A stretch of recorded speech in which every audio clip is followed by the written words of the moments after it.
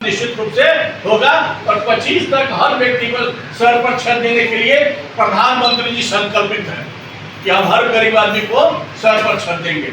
लेकिन अभी जो मिल रहा है 498 लोगों का, उसमें एक बात हम स्पष्ट बात करना चाहते हैं, किसी तरह का कोई व्यक्ति आपसे पैसा मांगे, जैसे कि मान लीजिए 1,20,000 मिल रहा है, आपके पास नहीं है। वीडियो साहब बोले हैं कि आप घर बनवाने के लिए कर्जा लीजिए, कहीं लीजिए, आप गरीब है, कर्जा कहाँ से लीजिएगा, बड़े तो बन ही नहीं रहा है। लेकिन 1,20,000 में 2 घर जरूर बनेगा, 2 रूम बनेगा, शौचालय के लिए अलग से 12,000 रुपए मिलेगा। क्या वीडियो साहब, शौचालय के लिए अलग से 12,000 रुपए मिलेगा।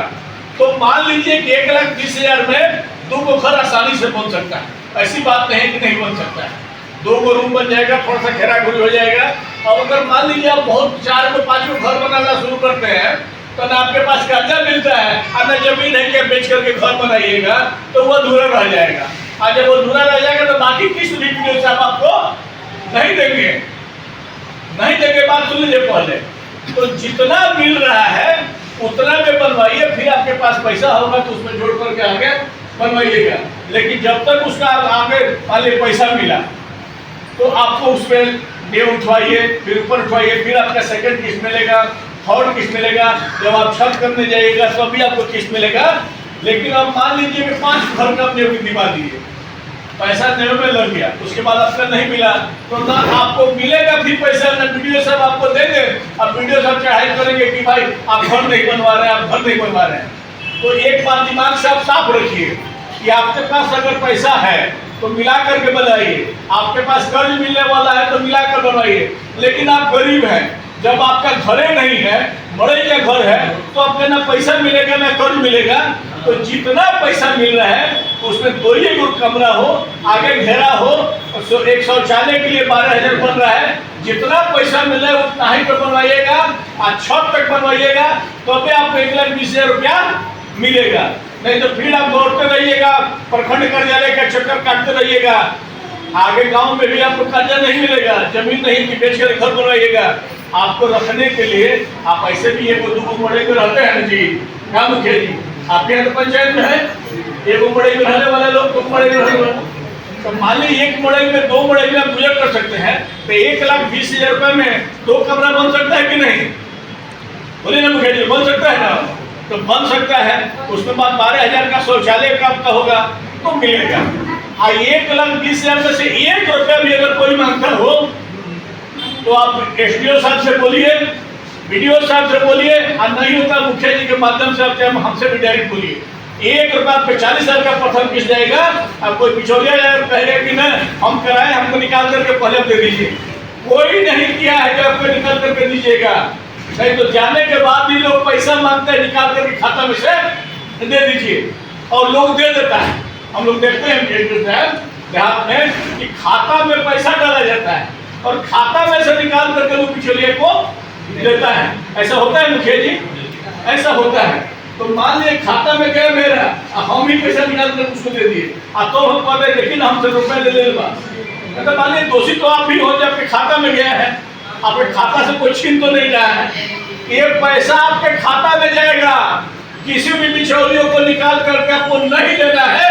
और कोई कहेगा कि नहीं दीजिएगा तो अगला किस्त नहीं मिलेगा, आप उतने पैसे का आप घर बना करके तैयार करके दिखाइए, कोई माई का लाल नहीं है, फिर आपका सेकंड किस्त नहीं दे, आपको 1 रुपए भी किसी को देने की जरूरत नहीं होगा।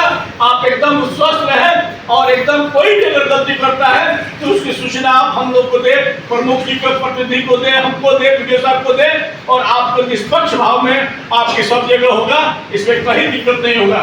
ठीक है ना जी? किसी को कृपा नहीं दे रहे हैं ना? अरे बोलिए ना, किसी को देना है? कोई लिया है, हमसे पैसा मांगा है? न मांगा है न मांगेगा, मांगने पर तो कोई देना नहीं है। ठीक है, अगर मांगेगा खाता में से निकाल के आप दीजिएगा, आप कहिएगा ना हमसे मांगा, खाता में से निकाल कर दे देनी, तो सबसे बड़ा दोषी आप होइएगा। आप पर FIR होगा कि आप निकाल करके हम दिए हैं। अब मांगने वाला पे FIR दीजिए, हम उसको जेल भरवाएंगे ऐसे बिचौलिए को। बहुत बहुत धन्यवाद।